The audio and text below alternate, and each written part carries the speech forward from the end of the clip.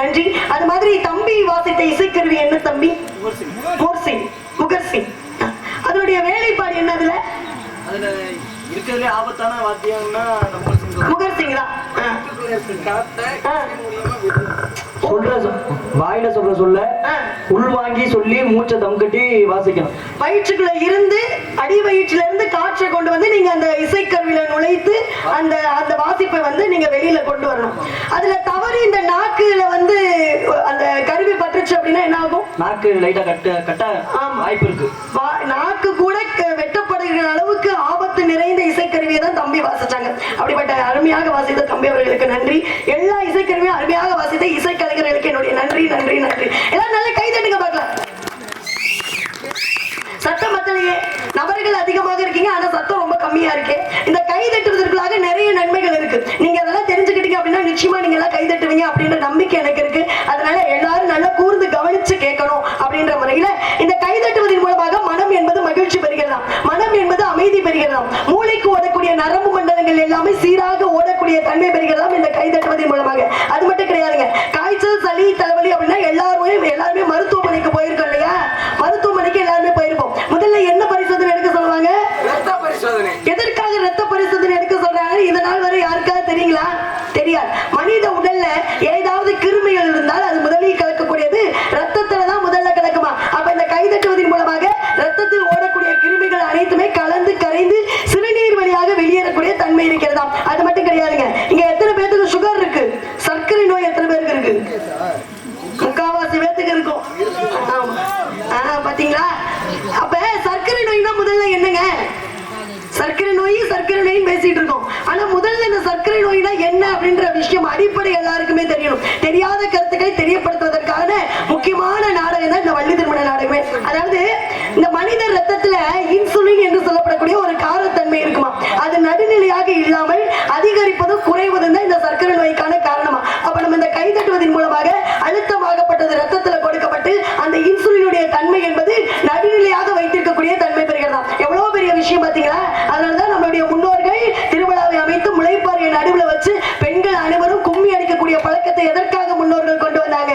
உடலுக்கு நன்மை என்ற வகையில. நம்ம முன்னோர்களையும் மறந்துட்டோம், முன்னோர்கள் சொல்லி கொடுத்த பழக்க வழக்கத்தையும் மறந்துட்டோம். அது மாதிரி பாருங்களேன், முன்னாடி எல்லாம் நிலாவை காட்டி குழந்தைகளுக்கு சோறு ஊட்டுவோம். இந்த நிலாவை பாருன்னு சொல்லி நிலாவுக்கு சோறு ஊட்டுவோம், நிலா சோறு ஊட்டுவோம். அதுல என்ன காரணம் தெரியுங்களா? அதுல ஒரு அறிவியல் உண்மை இருக்கு. என்ன அப்படின்னா, குழந்தைகளுக்கு இந்த உணவு குழல் என்பது ரொம்ப சிறுமையா இருக்குமா.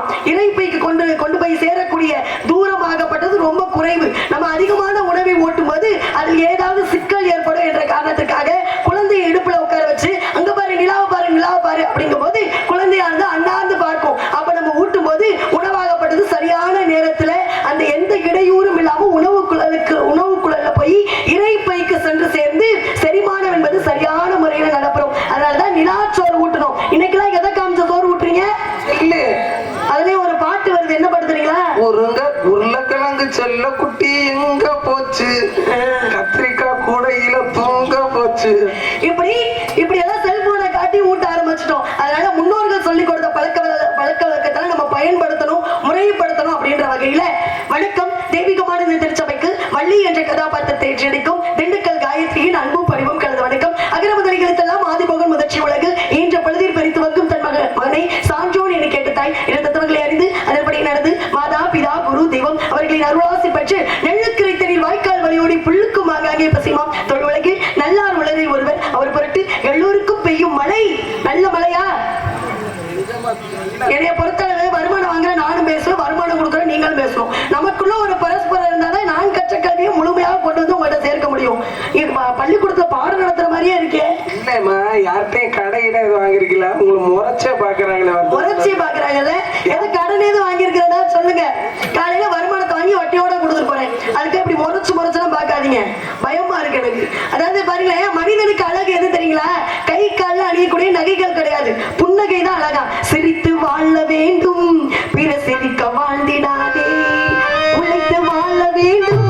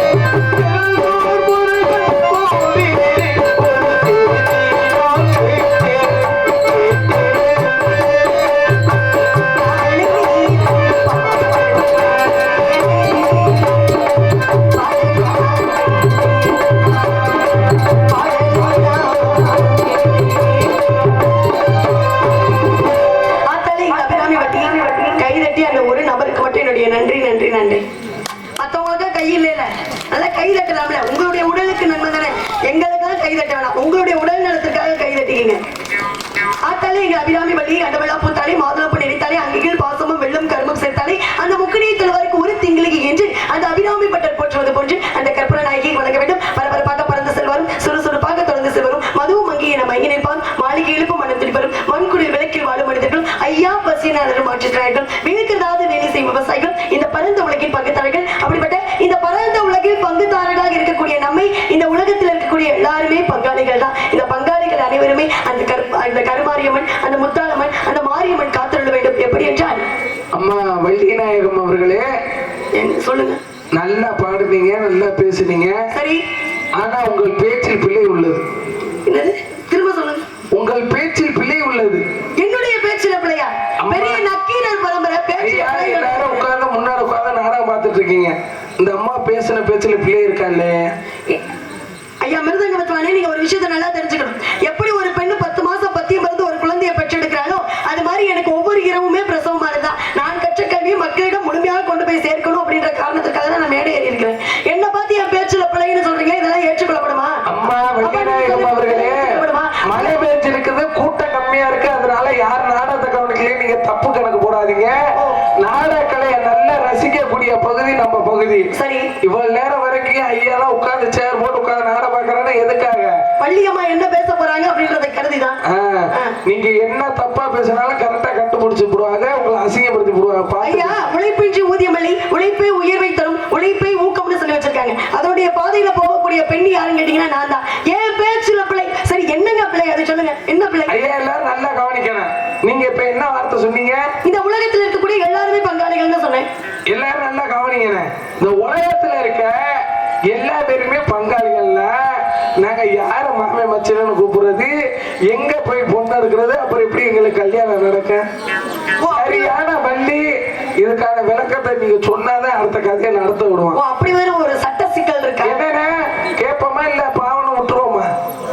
விடக்கூடாதுல. ஜோர கை தட்டுக்காப்பா. இன்னைக்கு இந்த மேல உங்களை அசிங்கப்படுத்தாம நாங்க போறது இல்ல. இதுக்கான விளக்கத்தை சொன்னாதான் அடுத்த கதையை நடத்த விடுவோம். மிருதங்க வித்துவானே, நீங்க ஒரு விஷயத்த நல்லா தெரிஞ்சுக்கணும். யாரு படிச்சுட்டு படிக்காம எனக்கு தெரியாது, ஆனா நான் படிச்சதை மட்டும்தான் மக்கள்கிட்ட கொண்டு போய் சேர்ப்பேன்.